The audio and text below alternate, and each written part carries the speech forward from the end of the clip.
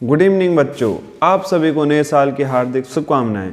मैं चाहूँगा कि 2023 का साल आपके 2022 के साल से काफ़ी बेहतर हो और 2022 में आपने जो जो गलतियां की हैं उन गलतियों से सबक लेकर के 2023 में सीख लेकर के आप आगे बढ़ें और 2023 का साल जो भी हो आपके जीवन में एक नई खुशहाली लेकर आए, आपके माँ बाप का सर गर्व से ऊंचा हो सके और आप जिस भी शिक्षक से पढ़ाई कर रहे हैं उसके शिक्षक का नाम भी गर्व से ऊंचा कर सकें।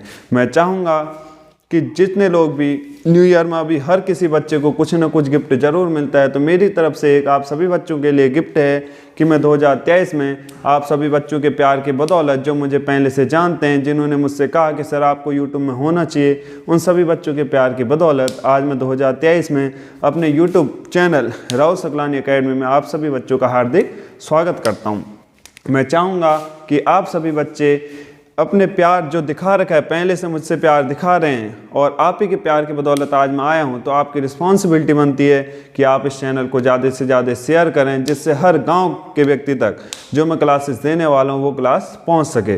तो आप बच्चों की रिस्पॉन्सिबिलिटी है और इस रिस्पॉन्सिबिलिटी को मुझे पता है आप सभी बच्चे अच्छी तरीके से निभाएंगे। मैं चाहूँगा कि अपने यूट्यूब चैनल के माध्यम से मैं आपको हर दिन एक क्लास दे सकूँ, जिसमें पर डे के हिसाब से क्लास चलेगी, जिसमें मैं चाहूँगा कि उत्तराखंड जो मैं चलाऊँ आपकी, वो मैं आपकी उत्तराखंड 3 दिन चलाऊँगा, जो कि उत्तराखंड में जो आपकी क्लासेस चलेंगी वो जिला सीरीज के हिसाब से चलेंगी। कैसे चलेंगी? जिला सीरीज के हिसाब से चलेंगी, क्योंकि किसी चीज़ को भी जानने से पहले अगर हमें जिलों का ज्ञान होगा तो उस चीज़ की हिस्ट्री जिला सीरीज में कवर करने की कोशिश की जाएगी। पॉलिटी, इकोनॉमी, जितनी भी चीज़ें होंगी सब उस जिला सीरीज में कवर करने की कोशिश करूँगा। इसके बाद आपका जो जीएस वाला पोर्शन होगा मैं आपको 2 दिन देने की कोशिश करूँगा, जिसमें जीएस वाले पोर्शन में आपको पता ही होगा हिस्ट्री, ज्योग्राफी, इकोनॉमी, पॉलिटी, ये मेन सब्जेक्ट होते हैं। इसी में साथ में कंप्यूटर आ जाता है, रीजनिंग आ जाती है और बहुत सारे अन्य फैक्ट आ जाते हैं, जैसे अब साइंस भी जोड़ दिया गया है। तो ये सभी क्लासेस देने की आप सभी को क्या करूँगा, कोशिश करूँगा। और एक दिन आपकी हिंदी देने की कोशिश करूँगा। हिंदी चलेगी एक दिन, जिसमें जितना भी हिंदी के पोर्शन होगा वो सब हिंदी के पोर्शन को कवर किया जाएगा। मैं चाहूँगा कि जो ये पोर्शन है, इस सभी चीज़ों को जो पढ़ाऊँगा उसका उत्तराखंड हो गया, हिंदी हो गया और जीएस हो गया, इस सभी पोर्शन का आपका संडे को मैं टेस्ट लिया करूँगा ऑनलाइन क्लासेस में आ करके। अब मैं आपका ज़्यादा टाइम ना लेते हुए सीधे अपने टॉपिक पर आता हूँ और आज से हम स्टार्ट करेंगे चंपावत ज़िले के बारे में। चंपावत ज़िला मेरा होम टाउन भी रहा है, तो यहाँ के बारे में आपको जितनी भी जानकारी, अच्छी अच्छी जानकारियाँ जो प्राप्त हैं, वो सब चीज़ों के बारे में जानकारी आपको उपलब्ध कराऊंगा। तो सबसे पहले हम पढ़ेंगे महाभारत कालीन चंपावत।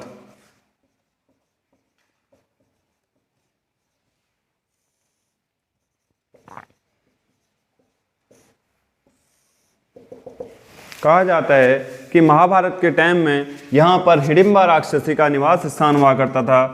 चंपावत जिले में पहले किसका निवास स्थल हुआ करता था? तो चंपावत जिले में हिडिंबा राक्षसी का निवास स्थल हुआ करता था और हिडिंबा राक्षसी के पुत्र हुआ करते थे घटोत्कच। कौन हुआ करते थे? घटोत्कच। घटोत्कच हिडिंबा राक्षसी के क्या हुआ करते थे? पुत्र हुआ करते थे और इन्हीं के पिता हुआ करते थे भीम। जब महाभारत का युद्ध हुआ तो महाभारत के युद्ध में घटोत्कच पांडवों की तरफ से लड़े थे और इन्होंने अपनी आहुति दी थी।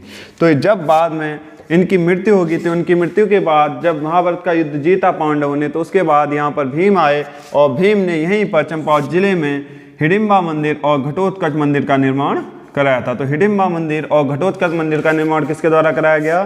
तो हिडिंबा मंदिर और घटोत्कच मंदिर का निर्माण चंपावत जिले में भीम के द्वारा कराया गया। कहा जाता है कि चंपावत जिले में कांतेश्वर पर्वत, चंपावत जिले के कांतेश्वर पर्वत में ही भगवान विष्णु के द्वारा, चंपावत जिले के कांतेश्वर पर्वत में भगवान विष्णु का कुर्म अवतार, यानी चंपावत जिले का जो कांतेश्वर पर्वत है, चंपावत के कांतेश्वर पर्वत में भगवान विष्णु के द्वारा एक अवतार लिया गया था और वह अवतार था कुर्म अवतार। कौन सा अवतार? कुर्म अवतार। यानी कुर्म अवतार का मतलब हो गया कछुआ अवतार। कौन सा अवतार? कछुआ अवतार। तो चंपावत जिले के कांतेश्वर पर्वत में ही भगवान विष्णु के द्वारा अवतार लिया गया था, कुर्म अवतार। और जब हम देखते हैं तो हिडिंबा राक्षसी का जो निवास स्थल हुआ करता था वो हुआ करता था चंपावत जिले में।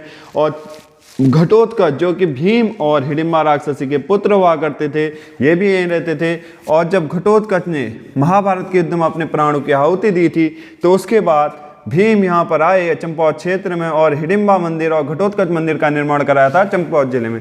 आपने देखा होगा एक हिडिंबा मंदिर हिमाचल प्रदेश में भी है जिसे कि बहुत ज़्यादा प्रसिद्धि मिली हुई है, लेकिन अगर चंपावत जिले के हिडिंबा मंदिर की बात करें तो वहाँ ज़्यादा प्रसिद्धि उपलब्ध नहीं है। और कांतेश्वर पर्वत जो कि चंपावत क्षेत्र में पड़ता है, यहीं पर भगवान विष्णु ने अवतार लिया था और अवतार लिया था कुर्म अवतार या फिर कछुआ अवतार। इसके बारे में हम जानेंगे। इसके बाद हम जानेंगे चंपावत क्षेत्र के इतिहास के बारे में।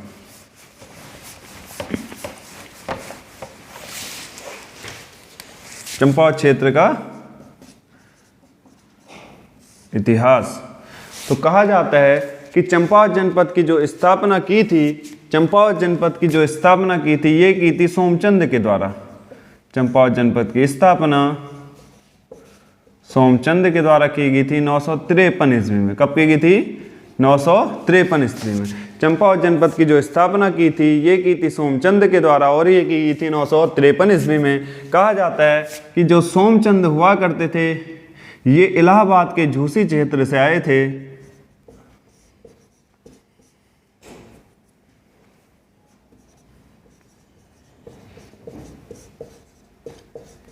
कहा जाता है कि सोमचंद इलाहाबाद के झूसी क्षेत्र से यहाँ घूमने के लिए आए थे और उस टाइम पे जो उत्तराखंड क्षेत्र था, उत्तराखंड में क्षेत्र में कत्यूरी शासक ब्रह्मदेव का शासन चल रहा था। देखो इतिहास अगर बात करें तो चंपावत क्षेत्र की जो स्थापना का श्रेय जाता है वो जाता है सोमचंद को, जिसके द्वारा चंपावत जनपद की स्थापना जो थी वो की गई थी 953 ईस्वी में, जो कि इलाहाबाद के झूसी क्षेत्र से उत्तराखंड में घूमने के लिए आए थे। और उस टाइम पे उत्तराखंड क्षेत्र में शासन हुआ करता था कत्यूरी शासक ब्रह्मदेव का। ये वही ब्रह्मदेव हैं जिन्हें जागरों में वीरमदेव के नाम से भी जाना जाता है। जागरों में ब्रह्मदेव को वीरमदेव के नाम से भी जाना जाता है।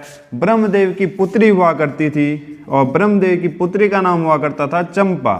ब्रह्मदेव की पुत्री थी चंपा। ब्रह्मदेव ने जब सोमचंद को देखा तो सोमचंद को देख करके उन्हें आभास हुआ कि मुझे अपनी पुत्री की शादी सोमचंद से करनी चाहिए और ब्रह्मदेव ने अपनी पुत्री की शादी सोमचंद से कर दी। और सोमचंद से करने के बाद इसे कुछ उपहार स्वरूप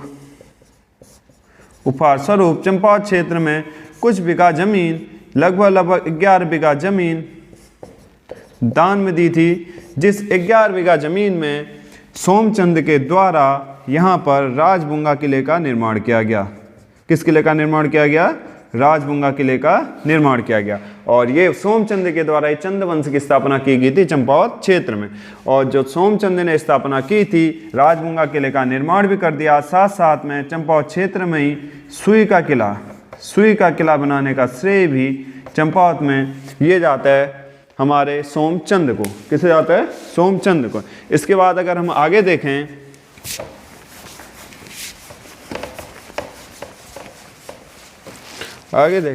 जब हम चंदवंश की राजधानी की बात करते हैं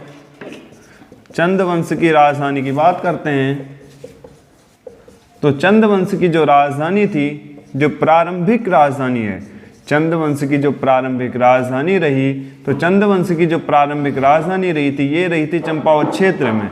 और ये चंपावत क्षेत्र में जो प्रारंभिक राजधानी चंपावत क्षेत्र में कब तक रही थी?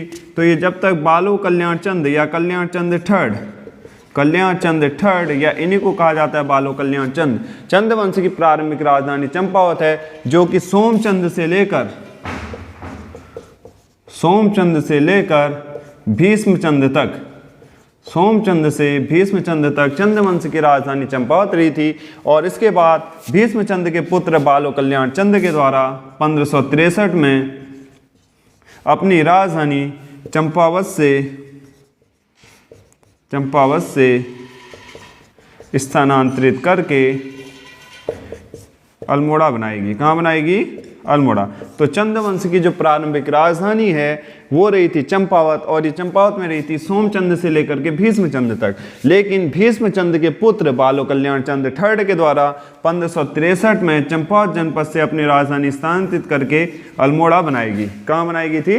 अल्मोड़ा बनाएगी। दोस्तों अगर हम बात करें चंपावत डिस्ट्रिक्ट की, तो चंपावत को कुमाऊं का सबसे प्राचीन नगर माना जाता है। कुमाऊं का जो सबसे प्राचीन नगर है वो माना जाता है चंपावत को। और बात करें चंपावत के प्राचीन नाम की, तो चंपावत के अगर बात से देखें तो हमारी बहती है काली नदी, इसीलिए जो चंपावत क्षेत्र का नाम पड़ा था वो पड़ा था काली कुमु। तो चंपावत का प्राचीन नाम क्या है? तो चंपावत का प्राचीन नाम है काली कुमु, या फिर चंपावत का प्राचीन नाम ही सोमचंद्र ने अपनी पत्नी चंपा के नाम पर रखा था, चंपावती। तो चंपावत का प्राचीन नाम की बात करें काली कुमु या फिर चंपावती था। चंपावत पहले 1972 में, चंपावत पहले एक स्वायत्त निकाय हुआ करता था, लेकिन 1972 में चंपावत को पिथौरागढ़ की एक तहसील के रूप में स्थापित किया गया। पिथौरागढ़ की एक तहसील के रूप में स्थापित किया गया।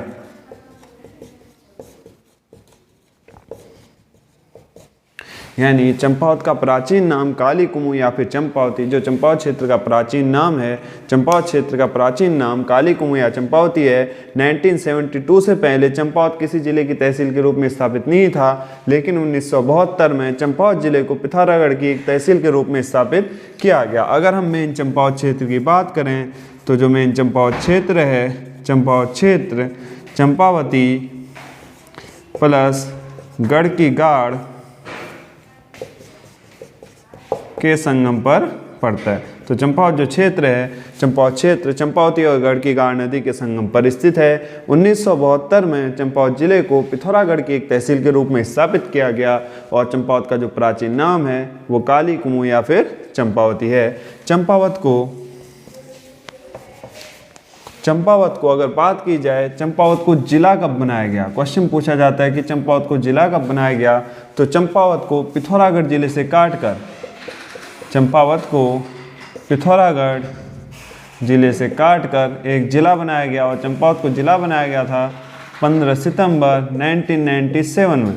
चंपावत को जिले के रूप में स्थापित किया गया था 15 सितंबर 1997 को, और चंपावत को पिथौरागढ़ की तहसील बनाया गया था 1972 में। जो चंपावत क्षेत्र है वो पड़ता है चंपावती और गढ़ की गाड़ नदी के संगम पर, और चंपावत जो पूरा जिला है उसका प्राचीन नाम है काली कुमु या फिर चंपावती। तो दोस्तों आज के लिए क्लास को यहीं पर विराम देते हैं। अगर आपको मेरी क्लास अच्छी लगी हो तो ज़्यादा से ज़्यादा लाइक करें, कमेंट करें और शेयर करें, और ज़्यादा से ज़्यादा अपने दोस्तों तक इस क्लास को पहुंचाएं, क्योंकि यहाँ पर हर हमेशा आपको हर दिन पर डे के हिसाब से एक क्लास मिलती रहेगी। धन्यवाद।